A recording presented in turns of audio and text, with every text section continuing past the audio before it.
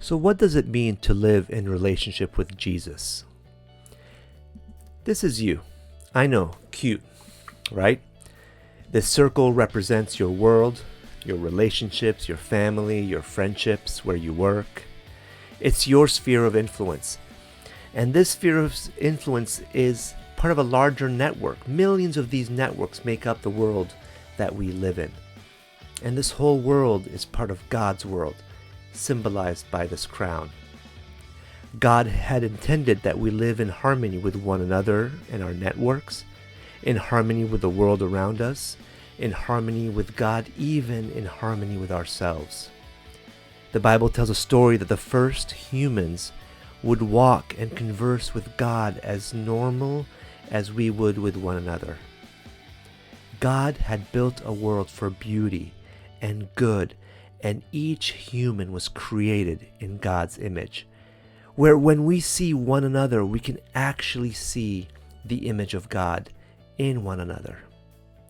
Now, having said that, how would you describe our world today?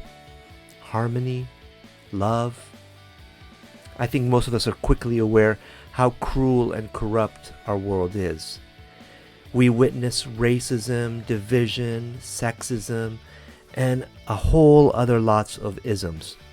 We see war and brokenness all around us. We see the ways that our environment is degraded. We see death, sickness, and suffering. The world is broken. And as much as we hope we can escape that brokenness, the brokenness of the world impacts our world. We also are disengaged with one another. We see brokenness in our relationships with one another. So perhaps our world is a smaller microcosm what we see out there. And if we're honest with ourselves, that brokenness is also inside of us.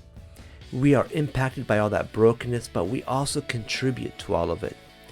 So all this chaos is in us, around us, and the world we live. We hurt people as we're hurt by the world around us. It's just an ongoing cycle. All this corruption is a result of sin and brokenness having entered into the world.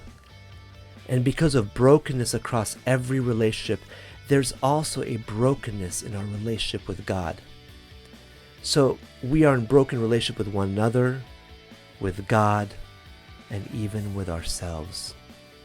And with all the sin and brokenness, we try to rebuild these relationships with one another. We try to build a relationship with God because we are built for good relationships. We are built for love. We are built for harmony.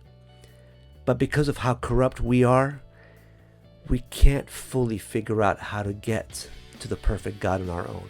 We can't actually bridge that relationship. While we can't get to God, God had decided to come to us. Coming in the person of Jesus, Jesus lived a perfect life to show us how to live the good life of loving God and one another. And ultimately, Jesus died and rose again.